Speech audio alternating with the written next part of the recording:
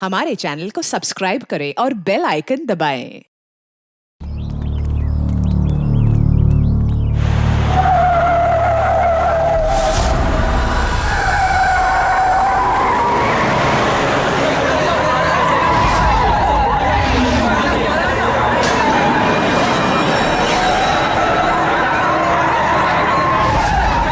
अरे बबलू भाई,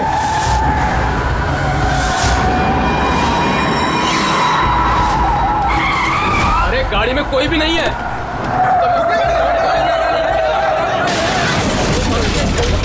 पेड़ से जाके ठोकी थी गाड़ी। आ जाओ।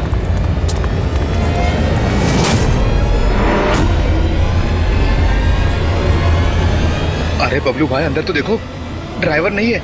गाड़ी अपने आप कैसे चल रही थी?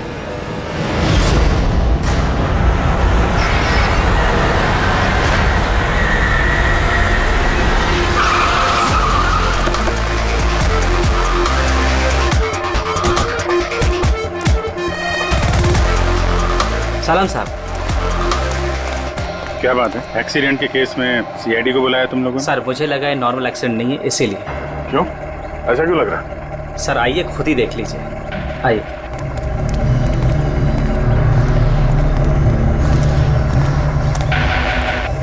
सर दरवाजा खुल नहीं रहा था, बड़ी मुश्किल से हमने खोला इसे।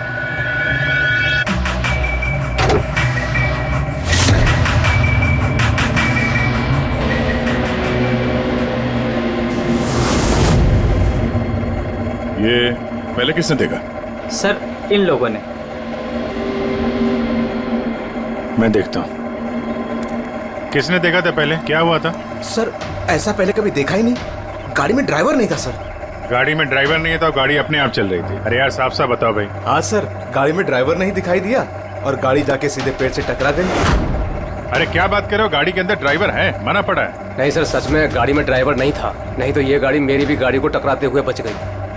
लाश की हालत से तो लगता है कि गाड़ी काफी स्पीड में थी। सर गाड़ी बहुत स्लो थी, लेकिन इतनी स्लो में कोई मर कैसे सकता है? गाड़ी भी ऑटोमेटिक है, हर चीज ऑटोमेटिक है, सेफ्टी डिवाइस भी ठीक है।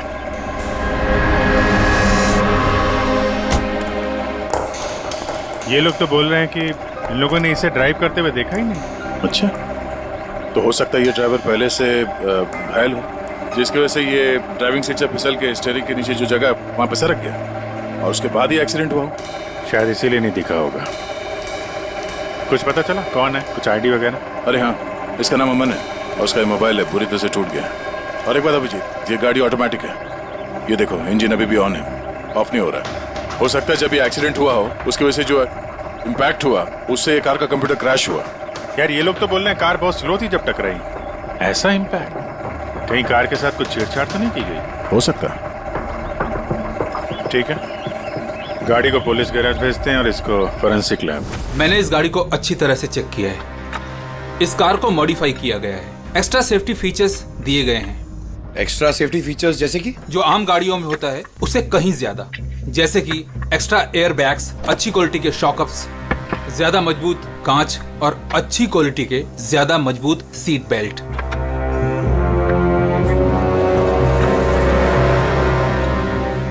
ये देखो, निकोटीन पैच। Nicotine patch? ये तो सिगरेट छोड़ने के काम में आता है ना? हम गाड़ी के सिस्टम को कंप्यूटर से लिंक कर सकते हैं?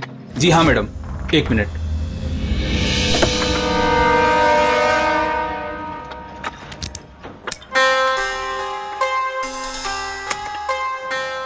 मैम, किसी ने सेटिंग चेंज किया है। कार के सॉफ्टवेयर को हैक किया गया है। खिड़की के कांच से लेकर ब्रेक तक सब कुछ कोई और कंट्रोल कर रहा था। अगर सब कुछ कोई और कंट्रोल कर रहा था, फिर हादसे के बाद इंजन उसने बंद क्यों नहीं किया? टक्कर की वजह से कार का वायरलेस सिस्टम डैमेज हो गया था, इसलिए कार बंद नहीं हुई।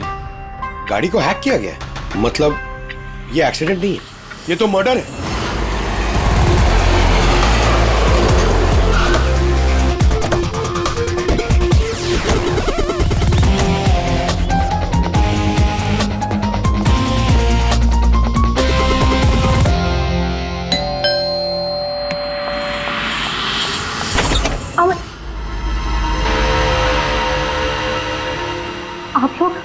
सीआईडी।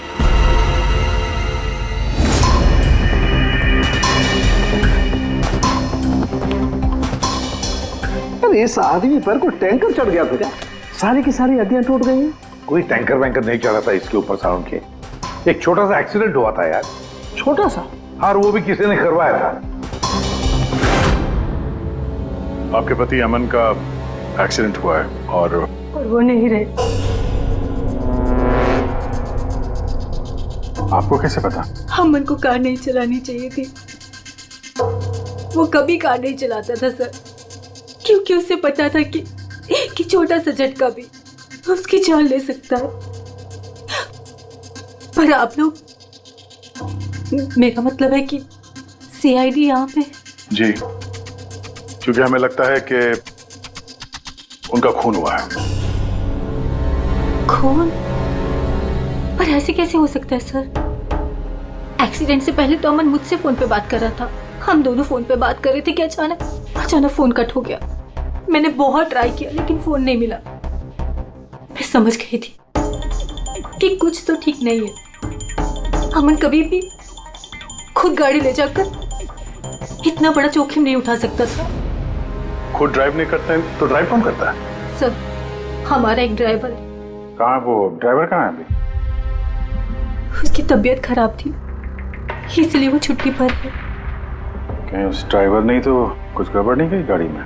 नहीं सर, हमारा ड्राइवर बहुत ही भरोसेमंद इंसान है। वो ऐसा कभी नहीं कर सकता। पिछले 15 साल से वो हमारे लिए कार चला रहा है। सर, इसके शरीर पर 7 जगह हड्डियों के टुकड़े टुकड़े हो गए। 43 जगह हेयरलाइन फ्रैक्चर्स हैं और 21 जगह माइन्यूट फ्रैक्चर्स हैं। और हैरानी की बात तो ये है कि इसके पहले भी इसके शरीर पर बहुत सारे फ्रैक्चर्स हो चुके थे जो अब हील हो गए। बस इन हड्डियों के टूटने की वजह से इसके शरीर के नाजुक अंग जैसे हार्ट, फेफड़े, ये सब डैमेज हो गए और मौत भी शायद इसी वजह से हुई है। साळुंखे, ये जो निशान है स्क्वेरिश, ये कैसे निशान है? बस ये निकोटिन पैचेस के निशान है। इसके शरीर पे बहुत ज्यादा है। इसे सिगरेट पीने की लत थी और वो इसे छोड़ना चाह रहा था। Nicotine patches? अच्छा। और फिर यार अभी तारिका ने बताया कि इसके शरीर पर पुराने फ्रैक्चर्स के निशान भी हैं, बहुत सारे। ये पुराने फ्रैक्चर्स का क्या मतलब हो सकता है? अमन को ड्राइविंग तो आती थी ना? हाँ सर। तो फिर जोखिम किस बात का? अमन मेरे या आपकी तरह नहीं था सर। छोटे से छोटा झटका भी इसकी जान ले सकता था। ड्राइविंग की वजह से उसकी जान को खतरा था, इसीलिए हमने कार में भी काफी मॉडिफिकेशंस करवाई थी और ड्राइवर को भी कहा था कि कार आराम से चलाए। छोटा झटका भी उसकी जान ले सकता था? क्या मतलब? क्या कुछ था उसको? कोई प्रॉब्लम थी? सर, अमन का शरीर कमजोर था, नाजुक था। यार तू क्या कर रहा है साळुंखे? अरे तू ये ऑस्टियोजेनेसिस इम्परफेक्ट है। ऑस्टियोजेनेसिस इम्परफेक्ट मतलब ब्रिटल बोन डिजीज? एग्जैक्टली, भंगुर अस्थि रोग। मतलब इसकी हड्डियां भंगुर हैं। और इसीलिए बॉस, इसकी हड्डियों को अगर जरा सा भी झटका लगे तो चकनाचूर हो सकती हैं। 25 से ज्यादा बार उसके फ्रैक्चर्स हो चुके थे। हमेशा खतरा रहता था उस पे। मुझसे जितना हो सके मैं उसकी सुरक्षा का ख्याल रखती थी ताकि उसे कोई झटका न लगे। घर में, कार में हमेशा उसकी सुरक्षा का ध्यान रखती थी। यहाँ तक कि जब अमन को पता चला कि सिगरेट पीने से हड्डियां कमजोर होती है तो अमन ने पूरी कोशिश की सिगरेट छोड़ने की। तभी इतने मामूली एक्सीडेंट से भी ये हाल हो गया था शरीर का। लेकिन वो अचानक गाड़ी लेके कहाँ गया था? सर, मुझे नहीं पता, लेकिन जब वो अकेला गाड़ी लेकर चला गया तो मुझे उसकी बहुत चिंता हुई और मैंने अमन को फोन किया। हेलो अमन। या बेबी बोलो। अच्छा, तो तुम खुद ड्राइव कर रहे हो। तुम्हें पता है ना तुम्हारा ड्राइव करना कितना ज्यादा खतरनाक है, लेकिन तुम मेरी बात सुनते तक नहीं। वैसे ऐसा कौन सा जरूरी काम था जिसके लिए तुम खुद गाड़ी लेकर निकल गए? ड्राइवर तक का वेट नहीं किया गया तुमसे। जरूरी था स्वीटहार्ट, लेकिन तुम परेशान मत हो, मैं गाड़ी आराम से ही चला रहा हूँ। अमन, मुझे ऐसा क्यों लग रहा है कि तुम मुझसे कुछ छुपा रहे हो? देखो सुप्रीति, मैं मानता हूँ कि मैं सारी बातें तुमसे शेयर नहीं कर पा रहा, लेकिन इसका मतलब ये नहीं कि तुम उल झेलुल बातें सोचने लग जाओ। है कुछ प्रॉब्लम्स, मैं उन्हें सॉल्व कर लूँ, फिर तुम्हें सब कुछ बता दूंगा। प्रॉब्लम्स? तुम अभी क्यों नहीं बता सकते मुझे? क्योंकि ये सब खतरनाक है, वो लोग बहुत खतरनाक हैं, मैं तुम्हें नहीं बता सकता। खतरनाक लोग? Oh no. Aman, Aman, hello. कौन सा प्रॉब्लम? और ये किन खतरनाक लोगों की बात कर रहे थे वो? कुछ पता है आपको? सर, मैं कुछ नहीं जानती। अमन की किसी से कोई दुश्मनी, कोई बिजनेस राइवलरी वगैरह? इस बारे में मुझे कुछ भी पता नहीं, लेकिन हाँ, मयंक और नेहा आपकी शायद कुछ मदद कर सकते हैं। मयंक और नेहा? ये कौन है ये लोग? मयंक पेशे से एक वकील है और अमन का दोस्त भी, और नेहा अमन की सेक्रेटरी थी। अच्छा, ये मयंक का ऑफिस कहाँ है? अमन सर का खून? आप? मैं नेहा, अमन सर की सेक्रेटरी। लेकिन अमन की मौत तो एक्सीडेंट में हुई है ना? जी, मौत तो एक्सीडेंट में हुई है, लेकिन एक्सीडेंट अपने आप नहीं हुआ है। करिए बताइए कि आप दोनों मिस्टर अमन को कब से जानते हो? मतलब कब से काम कर रहे हो उनके साथ? सालों से। हम लोग साथ में काम ही नहीं करते थे, बल्कि बहुत अच्छे दोस्त भी थे। अमन की बीमारी की वजह से ज्यादातर बिजनेस वगैरह मैं ही हैंडल करता था। और नेहा जी आप? सिर्फ मैं और मयंक सर ही तो थे, अमन सर का पूरा बिजनेस संभालते थे। वैसे बिजनेस क्या है उनका? इन्वेस्टमेंट का बिजनेस है। हम लोग अलग अलग कंपनीज में पैसे लगाते थे, और जब वो कंपनीज में मुनाफा होने लगे तो अपना परसेंटेज वापस ले लेते थे। ऐसी 50 कंपनीज है जहाँ पर पैसे लगाए थे अमन ने। किस तरह का कंपनीज में इन्वेस्ट करते थे? वैसे तो कई सारी कंपनीज में पैसे लगाए थे, लेकिन उनकी सबसे ज़्यादा दिलचस्पी 20-30 फार्मास्यूटिकल्स कंपनीज में थी। फार्मा कंपनी या दवाइयों की कंपनी? जी, ये कंपनीज बहुत नुकसान में चल रही थी, लेकिन आपको तो पता ही होगा अमन की बीमारी के बारे में। और ये कंपनीज उसी बीमारी का इलाज निकालने की कोशिश कर रही थी, और अमन का सपना था कि इस बीमारी का इलाज संभव हो जाएगा तो किसी और को वो तकलीफ नहीं उठानी पड़ेगी जो उसे थी। और सर, अभी तो उन कंपनीज में फ़ायदा भी होना शुरू हो गया था। कोई दुश्मनी, किसी से कोई लड़ाई झगड़ा? नहीं सर, ऐसा तो कुछ नहीं था। अगर कुछ होता तो वो मुझे ज़रूर बताते थे। अमन की वाइफ का कहना है कि पिछले कुछ दिनों में वो परेशान लग रहा था। आपको जानती? परेशान तो थे, मगर मुझे कुछ बताया नहीं। मुझे लगा काम का प्रेशर होगा बस। आपने बताया था कि दवाइयों की कंपनी जो नुकसान में चल रही थी, उनमें से कुछ को फायदा होने लगा था। सबको नहीं सर, शायद एक को। मुझे उसकी डिटेल चाहिए। जी, मुझे अकाउंट चेक करना होगा। ठीक है। और मुनाफे के अलावा कोई ऐसी बात जो आपको अलग लगी या फिर कुछ अजीब सी हो, वो भी बता दीजिएगा।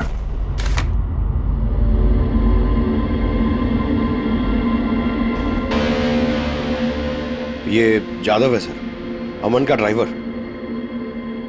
काफी परेशान लग रहा है वो। देखते हैं।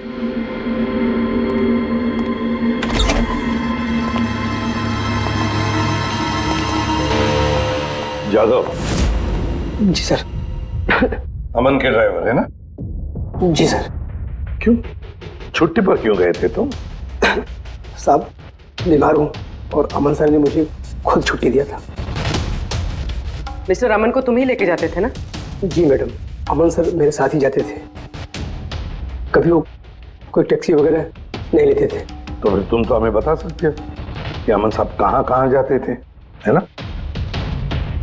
जी जी। ये देखो जादव, ये जगह पर उनकी मौत हुई थी। अब ये जो रास्ता है, ये कहाँ पर जाता है या फिर वो इस रास्ते पर कहाँ जा रहे थे, ये तुम्हें पता है? मुझे नहीं पता है। देखो, हमें पता है कि तुम इसके बारे में जानते हो। तुम्हारी भलाई इसी में है कि सीधे सीधे बता दो। जी मैडम। सुप्रीति मैडम से कुछ कहिएगा मत।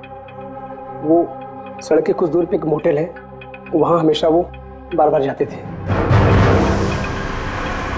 मोटेल में बार बार जाते थे? क्यों, उससे मिलने जाते थे? जी साहब, एक मैडम थी,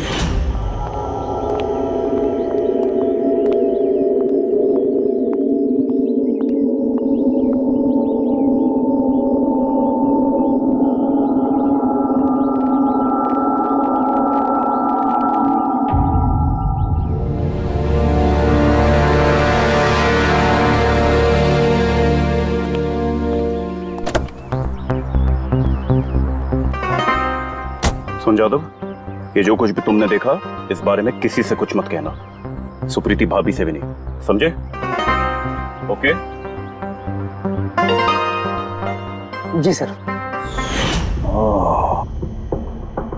मैडम थी, मतलब अमन का उस औरत के साथ चक्कर चल रहा था। जी छोटी मुंह बड़ी बात, साहब छुप छुप के उस मैडम से अगर मिलते थे तो इसका मतलब तो यही निकलता है। अमन उस औरत से मिलने जा रहा था जब यह हादसा हुआ, तो हो सकता है वो औरत अब भी वहीं पर हो, उसी मोटल में। चलकर मिलना पड़ेगा इस औरत से।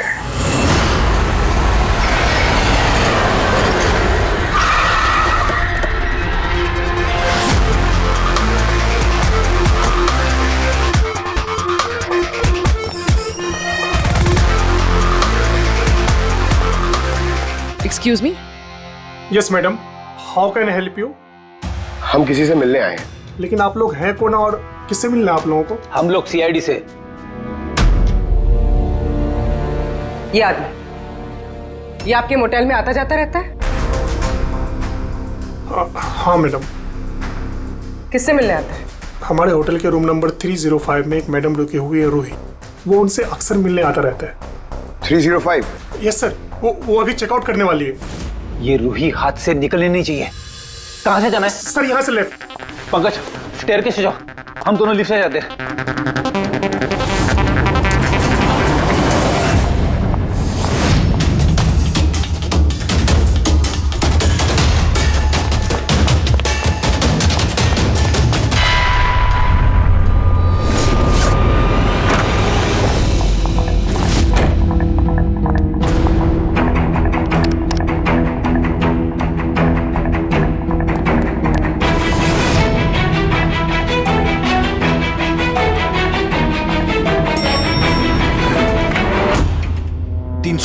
सर उधर।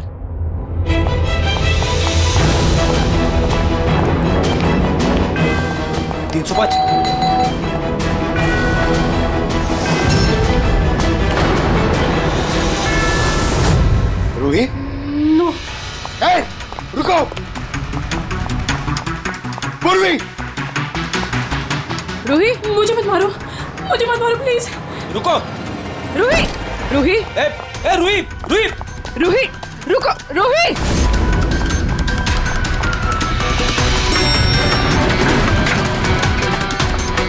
ए रुक जा। रूही, रुको। ए रुक जा। रूही, मार दो मुझे, लेकिन तुम लोग भी बच नहीं पाओगे। तुम लोगों का सच सबके सामने आ ही जाएगा। सच? कौन सा सच? मैं सब जान चुकी हूँ तुम लोगों के बारे में, सब जान चुकी हूँ। क्या बोल रही हो तुम? तुम्हें ऐसा क्यों लगता है कि हम तुम्हें मारेंगे? आओ। कौन सा सच? रूही, हम सीआईडी से। सीआईडी? चलो मान लिया रूही कि तुमने कुछ नहीं किया, लेकिन अगर तुमने कुछ नहीं किया तो वहां से भागी क्यों? मुझे लगा कि ये लोग मुझे मारने आए हैं। इसका मतलब कोई है जो तुम्हें मारना चाहता है? जी, वही लोग जिन्हें हम एक्सपोज करने वाले थे। उनके खिलाफ हमारे पास सारे सबूत थे। कौन लोग और कैसे सबूत? हाँ, बताओ।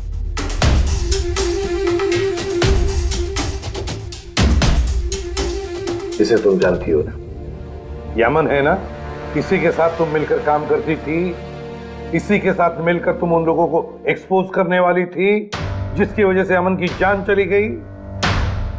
देखो री, अब शायद तुम्हारा नंबर है, वो लोग तुम्हें मारेंगे। सर मैं मरना नहीं चाहती, मैं मरना नहीं चाहती सर। तो फिर बताओ जल्दी, कौन लोग हैं वो? उनका राज छुपाने से वो तुम्हें छोड़ेंगे नहीं। सर,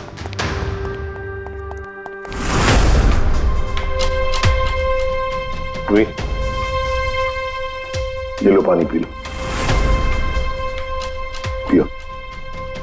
और मैंने जो कहा ठंडे दिमाग से सोचो, अपने बारे में सोचना जरूर।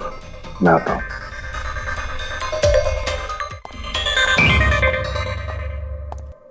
घबराई हुई है, डरी हुई है। लेकिन अब डरने की क्या जरूरत है सर? अब तो सीआईडी के पास है वो। लेकिन सर वो हम पे भरोसा नहीं कर पा रही, थोड़ा वक्त लगेगा। से जो अमन का वकील है मयांक, उससे क्या पता चला? सर अमन ने बहुत सारी दवाई की कंपनियों में पैसा लगाया था, लेकिन वो सब की सब घाटे में चल रही थी। एक कंपनी है जिसने अभी अभी फाइनली फायदा करना शुरू किया था, CRM फार्मास्यूटिकल। और सर ताजुब की बात यह है कि अमन ने पिछले हफ्ते ही इस कंपनी के साथ जितने भी डीलिंग्स है वो सब तोड़ दिए, और मयंक भी इस बात से काफी हैरान था। वही तो समझ में नहीं आ रहा है कि इस अमन ने जब ये कंपनी लॉस में जा रही थी तब उसके साथ तो डील नहीं तोड़ा, और जब ये कंपनी प्रॉफिट कर रही है तब डील तोड़ने जा रहा है। और सर वो मयंक से कभी कोई बात छुपाता नहीं था, उसने ये बात मयंक को बताई भी नहीं। हाँ सर, मयंक ने उसका भरोसा तोड़ दिया होगा सर। आओ जरा। रोहित, CRM फार्मास्यूटिकल्स के साथ जो अमन की डील थी वो तुम्हारी वजह से कैंसिल हो गई है ना? वरना उसके पास ऐसी कोई वजह तो थी नहीं। अब सच सच बता दो कि डील तुमने क्यों तोड़वाई? क्योंकि उसने मेरे भाई का खून किया। भाई का खून? सर, मैं जिस शहर से आई हूँ उस शहर में बहुत पोल्यूशन है। मेरे भाई को पोल्यूशन से बहुत एलर्जी थी, उसे सांस लेने में बहुत तकलीफ होती थी। वो तो सिर्फ दवाइयों पर ही जिंदा था। एक मिनट, और वो दवाइयाँ थी CRM फार्मास्यूटिकल कंपनी की, हैं? जी सर, और सबकी सब नकली थी। मेरे भाई के ऊपर कोई असर ही नहीं कर रही थी, और ये बात हमें बहुत लेट पता चली, और मेरे भाई की जान चली गई। तुम्हें कैसे पता चला कि वो दवाई नकली थी? सर, मैं खुद एक प्राइवेट कंपनी में केमिस्ट हूँ। जब ये दवाइयाँ मेरे भाई पर असर ही नहीं कर रही थी तो मुझे शक हुआ कि क्या बात हो सकती है। तो मैंने उन दवाइयों को खुद से टेस्ट किया और मेरा शक बिल्कुल सही निकला।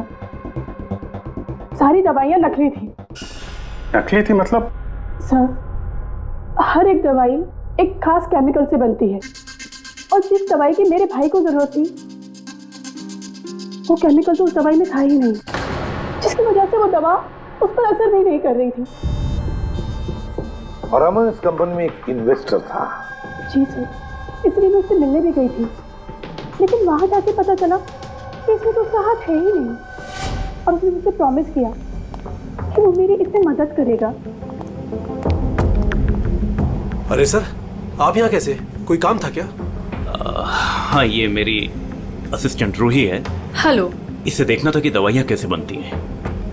देख सकते हैं? कैसी बात कर रहे हैं सर? आपको कैसे मना कर सकते हैं? आइए मैं दिखा देता हूँ आपको। एक काम कीजिए, आप मेरे साथ बॉस के यहाँ चलिए, रूही अपने आप देख लेगी। रूही तुम जाओ। मैम आइए। एक मिनट सर, ज्यादा आगे मत जाना, आप यहीं तक देखना। आइए सर, मैं लेकर चलता हूँ। आप आइए। आइए सर।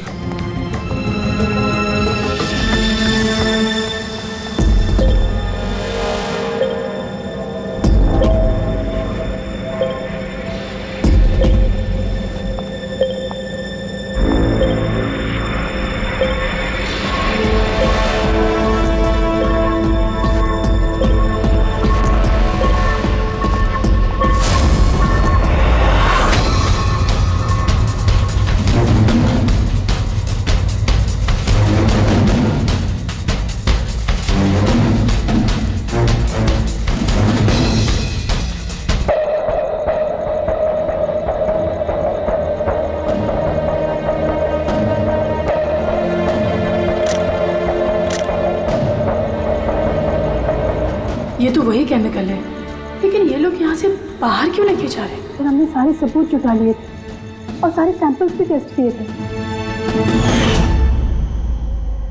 एक बात तो पक्की है कि सामन की मौत और CRM फार्मास्यूटिकल्स का कोई ना कोई संबंध जरूर है।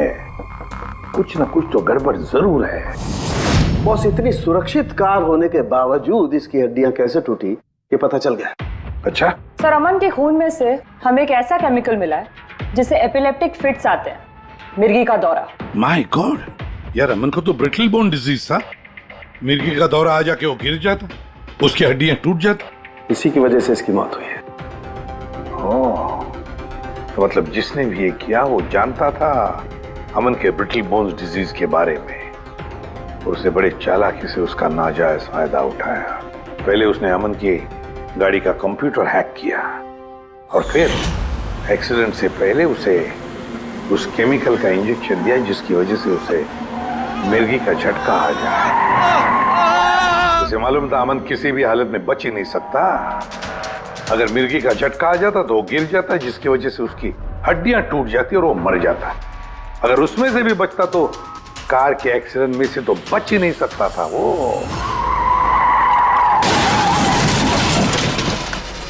समझ कि मिर्गी का दौरा पड़ने वाला जो ड्रग है कितनी देर बाद असर करता है? बस कुछ घंटे तो लगते हैं।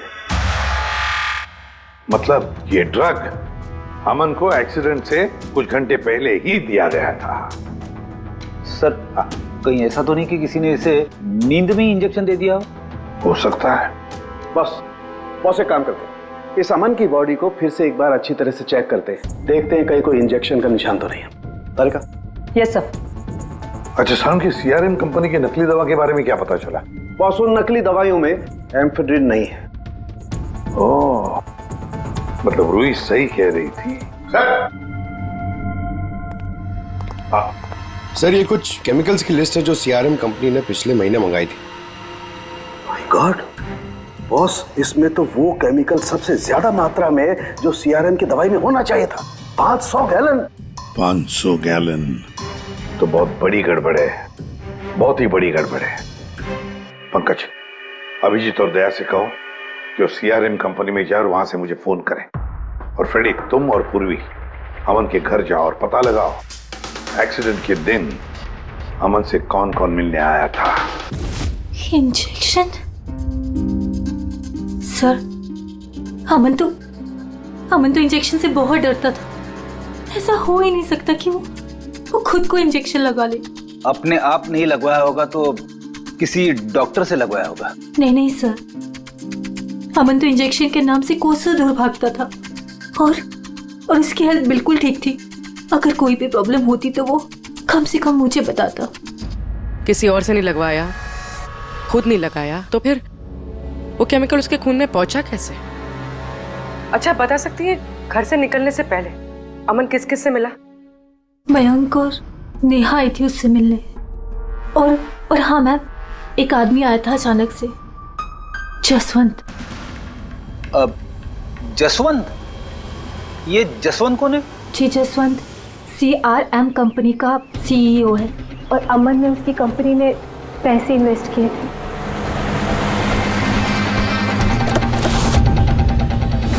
मिस्टर जसवंत, आप अमन के घर गए थे उससे मिलने के लिए उसके एक्सीडेंट के कुछ घंटे पहले? जी सर, मैं गया था लेकिन मिल नहीं पाया था। तो दरअसल उनकी वाइफ ने मुझे बताया कि वो सो रहे, तो मैंने सोचा वो शायद मुझे अवॉइड करना चाहते होंगे, तो मैं वापस चला आया। पापा, अमन ने हमारे साथ बिजनेस डील कैंसिल की, फिर भी आप उससे मिलने गए थे? जी बेटा, क्योंकि मैं उनको वापस लाना चाहता था। सर वो हमारी नई यूनिट के लिए बहुत जरूरी था। तो जसवंत जी, जब आप अमन से मिलने उसके घर गए तो वाइफ सुप्रीति के अलावा वहां कोई और भी था? मैं जब गया तब तो वहां कोई नहीं था, लेकिन हाँ जब मैं वहां से निकला तो उनके लॉयर मिस्टर मयंक और सेक्रेटरी नेहा, वो दोनों जरूर उनके घर आए थे। अच्छा ठीक है, thank you very much. Boss ये देखो, ये निकोटिन पैच का हिस्सा और यहाँ पर देखो ये इंजेक्शन का निशान। खूनी ने यहीं से वो मिर्गी के दौरे वाला इंजेक्शन इसे दिया है। इसका ये हिस्सा सुन्न करके, हाँ, और वो इस पैच के जरिए। इसे इमला पैच कहते हैं। इमला पैच? ये बच्चों को इंजेक्शन लगाने से पहले लगाते हैं ताकि वो पर्टिकुलर एरिया सुन्न पड़ जाए और उन्हें दर्द ना हो। अब बस ये इमला पैच और ये निकोटिन वाला पैच, ये देखो बस, ये दोनों पैच एक जैसे दिखते हैं, बिल्कुल एक जैसे। हाँ, खूनी ने इस निकोटिन वाले पैच की जगह ये एमला पैच इसके हाथ पर लगाया, इसके हाथ का ये हिस्सा सुन्न कर दिया और बाद में मिर्गी के दौरे वाला इंजेक्शन यहाँ से लगा दिया, शायद तब जब वो सो रहा था। हाँ सर, ये कर कौन सकता? जसवंत तो एक हफ्ते से अमन को मिला भी नहीं। तो फिर सर वो मयंक या फिर नेहा, वो तो नहीं। पंकज, ये खेल कौन खेल रहा है तो हम पता लगा ही लेंगे। अब हम भी एक खेल खेलेंगे, एक ऐसा खेल जिसमें जीत सिर्फ हमारी ही होगी, हमारी जीत।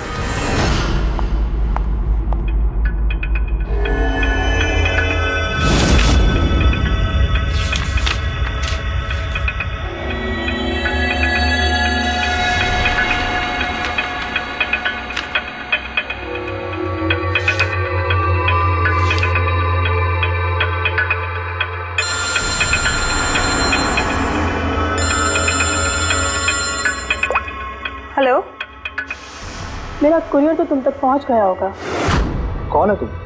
और ये सब मुझे क्यों भेजा है? तुम लोगों ने अमन को तो मार डाला, लेकिन तुम लोग मुझ तक नहीं पहुंच सकते। अगर तुम लोग चाहते हो कि मैं अपना मुंह बंद रखूं, तो मुझे 5 करोड़ रुपए देने होंगे। ये क्या बकवास कर रही हो? मुझे इन सब के बारे में कुछ नहीं पता। वो तो जब ये सबूत पुलिस तक पहुंच जाएंगे तो तुम्हें खुद ब खुद पता चल जाएगा कि मैं क्या कह रही हूँ और क्या बोल रही हूँ।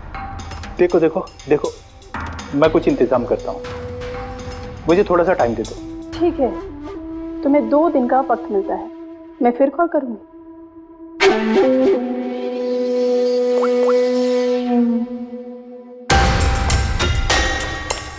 तो मास्टरमाइंड ये मयंक है।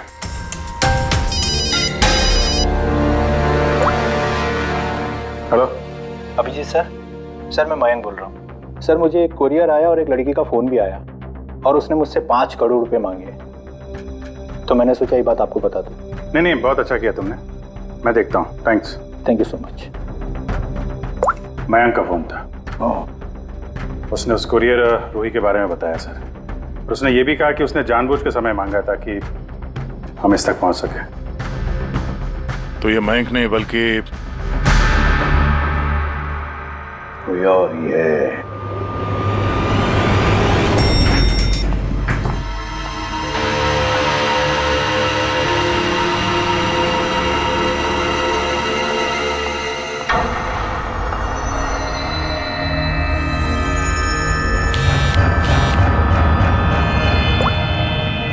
हाँ सर।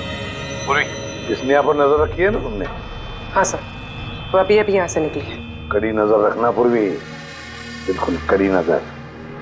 अपनी नजरों से ओझल मत होने देना उसे। ये नेहा ही हमें उस खूनी तक पहुंचाएगी। सर।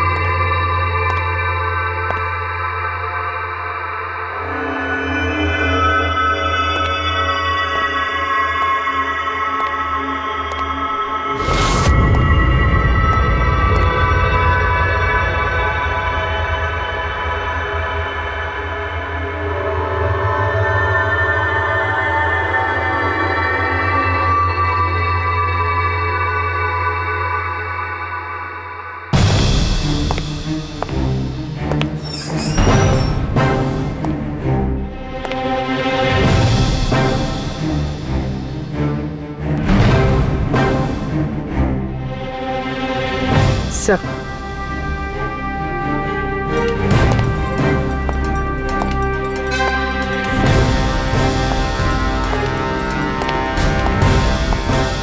क्या हुआ? इतनी जल्दी में क्यों बुलाया? क्या है ये सब? ये सब क्या है? तुमने तो कहा था कि किसी को कुछ पता नहीं चलेगा, फिर हमारे बारे में ये लड़की सब कुछ कैसे जानती है? डोंट वरी बेबी, मैं सब संभाल लूंगा। मैं हूं ना, जैसे उस अमन को ठिकाना लगाया वैसे इस लड़की को भी ठिकाना लगा दूंगा। तुम टेंशन मत लो, okay?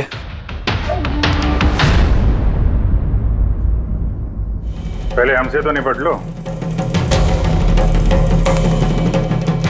You are under arrest, Mr. Ashwin.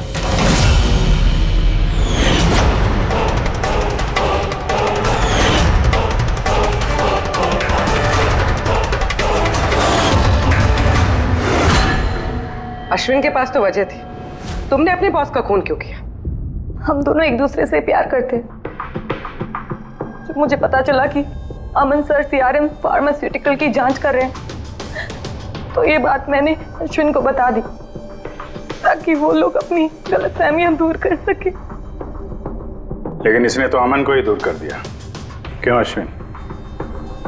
मैं जानता था कि अमन को कुछ समझाने का कोई फायदा नहीं होगा। वो तो हमें जेल भिजवा के ही रहता। तुमने मेरे भाई को मारा, अमन का खून किया और ना जाने कितने मासूमों की जान ली होगी तुमने अपनी इन नकली दवाइयों से। बिजनेस में बहुत घाटा हो रहा था, नुकसान पे नुकसान हो रहा था। डैड नहीं मानते, इसलिए उनको बिना बताए मैंने केमिकल्स को नॉर्थ इंडिया के प्लांट में भेजना शुरू कर दिया। उससे हम नशा बनाते थे, थोड़ा प्रॉफिट हो ही रहा था कि अमन ने सारा खेल बिगाड़ दिया। सिर्फ फायदे के लिए दवाइयों की जगह पे तुम ये जहर बनाने लगे थे, हाँ? मुझे कंपनी की हालत पता थी। मैंने अमन सर को अश्विन से मिलाया था ताकि वो कंपनी में इन्वेस्ट करके उसे डूबने में बचा सके। और अमन खुद को तुम लोगों से बचा नहीं पाया। ये सब कुछ मैंने अपने प्यार के लिए किया। मेरे अलावा कोई ये कर नहीं सकता था क्योंकि वो अपने निकोटीन पैच मुझे से मंगाते थे।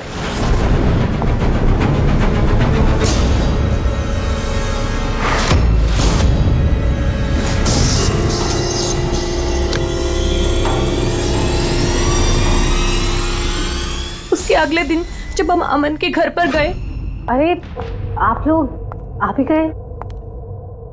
पर अमन तो सो रहे हैं, अगर कुछ इम्पोर्टेंट काम है तो मैं जगा देती हूँ। नहीं, कोई बात नहीं, हम इंतजार करेंगे। ओके, अब मैं अभी आती हूँ।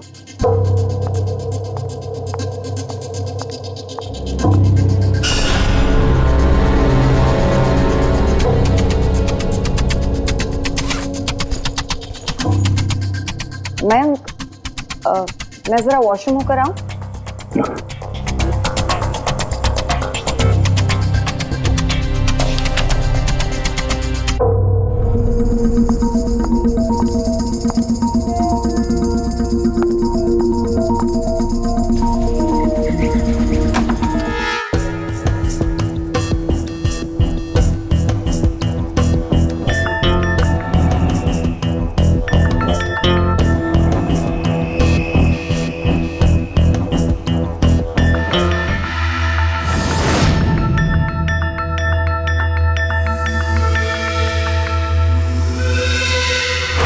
और वो दौरा उसकी कमजोर हड्डियों के लिए जानलेवा बन गया।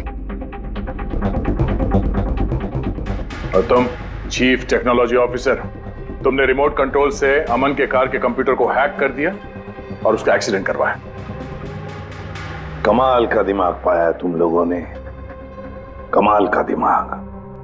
काश यही दिमाग किसी अच्छे कामों में इस्तेमाल करते तो देश का भला हो जाता, समाज का भला हो जाता। पर नहीं, तुम्हारे इस टेढ़े दिमाग ने दो मासूम लोगों की जानें ली और पता नहीं कितने सैकड़ों लोगों की मौतें हुई तुम्हारी इस गलत दवाइयों की वजह से। तुम्हें तो कड़ी से कड़ी सजा होगी, शायद फांसी होगी तुम्हें। For more updates, subscribe to our channel, click the show links and enjoy watching the videos.